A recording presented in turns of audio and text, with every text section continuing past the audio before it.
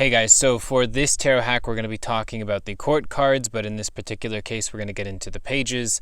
When it comes to the page ideal in the tarot, it often represents the child within or the child self, but almost more specifically, it's the student within us that's really activated here. So the pages are always communicating messages back and forth between two forces, and that tends to be the common theme that ties them together. But throughout our life, we find the things we're passionate about, the things that we want to do for a living. We develop those skills, we become masters of them, and yet, even though we're in sort of that role of master in that particular area, every time we've stepped out of our comfort zone or out of our skill set, we're back into the role of page again. And so, for example, someone might be incredibly successful in their career, but not really understand how to have a conversation with someone or how to, communicate in a relationship setting.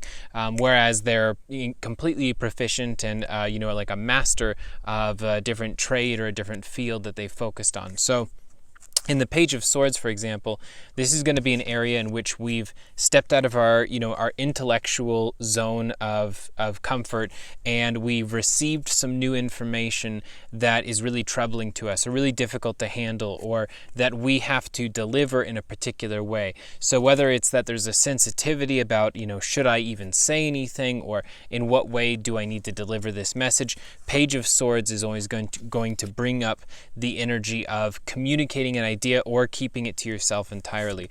And then with Page of Wands, this of course is more of the action and career side. This is stepping out of our comfort zone in a way where we have succeeded in some way often. Page of Wands comes right after the Ten of Wands. So we've succeeded at something, and we perhaps it's a promotion, and now we actually have to do the thing that we were sort of hoping to get to in the first place.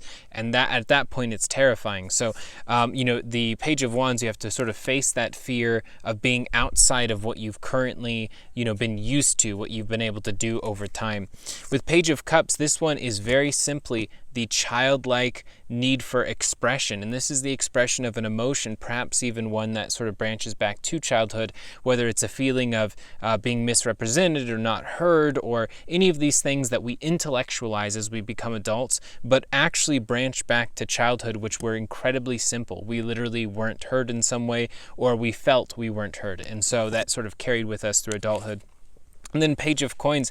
Page of Coins, we receive information about our finances or changes in them based on some talent that we think might be too good to be true, such as following our dreams and engaging with the child self and the wealth within.